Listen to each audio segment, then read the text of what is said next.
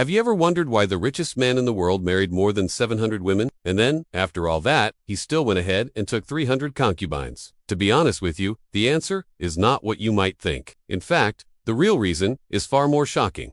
So what was the real reason behind this? Well, let's start at the beginning. King Solomon was the son of King David, and his mother was named Beth. When Solomon became king, he inherited one of the largest kingdoms in history. At its peak, Solomon's kingdom stretched from modern-day Sudan all the way to the Egyptian border.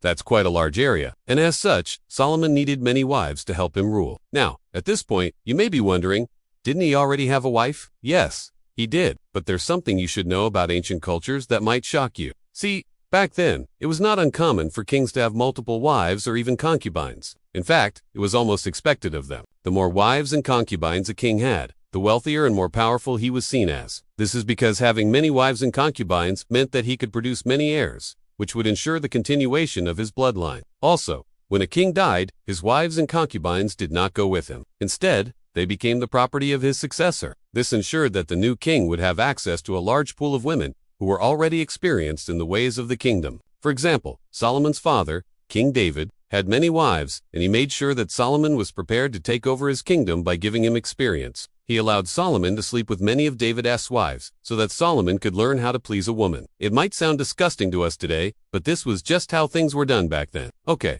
so we know that it was common practice for kings to have multiple wives and concubines. But why does Solomon specifically need 700 wives? Well, according to the Bible, God appeared to Solomon in a dream and told him that he would give him wisdom like no other man had before him. God also promised that he would give Solomon riches and honor like no other king had before him. However, God warned Solomon that if he turned away from following God, then he would destroy the kingdom from him that he had built up. It seems that God gave Solomon everything he asked for, except for wisdom. In 1 Kings 3, verse 9, it says, "Give your servant, therefore, a discerning heart to govern your people and to judge great and numerous. And I will not have a heart that is deceitful." Here, Solomon is asking God for wisdom. He's basically saying, hey, you said you'd give me wisdom.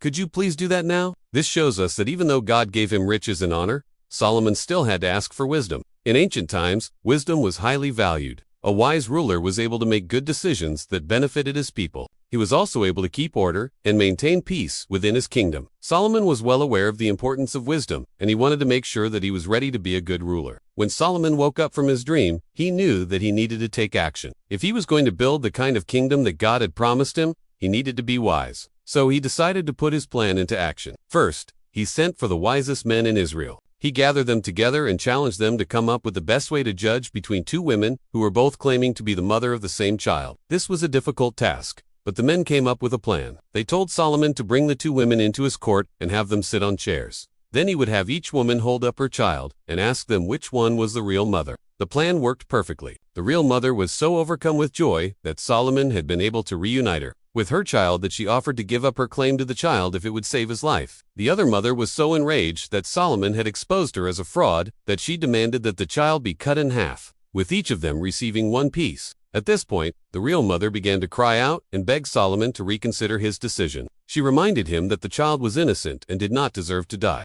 However, Solomon remained firm in his decision and ordered for the child to be cut in half. As the soldiers were about to carry out their orders, the real mother stood up and screamed, "Don't hurt my baby, I want him to live." This caused the other woman to panic. She realized that she had made a terrible mistake and begged Solomon for forgiveness. She told him that she was not the child's biological mother, and that she only pretended to be in order to steal him away from her. She begged Solomon to spare the child's life, and he agreed. After hearing this, Solomon knew that he had made the right decision. He had been able to reunite the child with his real mother and save an innocent life. From that day forward, Solomon was known throughout the land as a wise and compassionate judge. His reputation grew, and people from all over came to him for advice.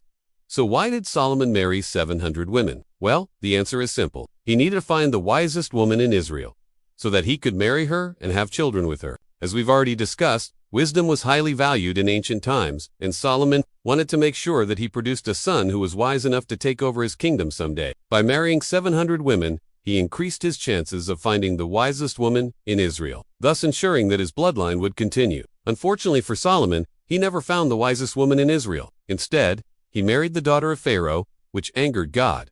Even though God had promised Solomon wisdom, he never received it. In 1 Chronicles 28, verse 9, it says, "And the Lord spoke to Solomon, the father of his son, saying, If you will do what is right in my sight, and if you will observe my commandments and keep them, then I will establish the offspring after you. Also, I will build up your offspring." Despite God's warning, Solomon ended up marrying many women from other nations. This caused God to be very angry, and he told Solomon that he would take away his kingdom from him. However, God made sure to clarify that this would happen through his son. Solomon had a son when he was just 40 years old. We don't know how many sons he had in total, but we do know that one of his sons would eventually take over his kingdom. So why did God allow Solomon to have 700 wives and 300 concubines? The answer is simple. God knew that Solomon needed to find a wise woman to marry, so that he could produce a son who would inherit his kingdom. By allowing Solomon to have so many wives, God gave him the best chance of finding the right woman. However, once Solomon had produced an heir, God was done with him.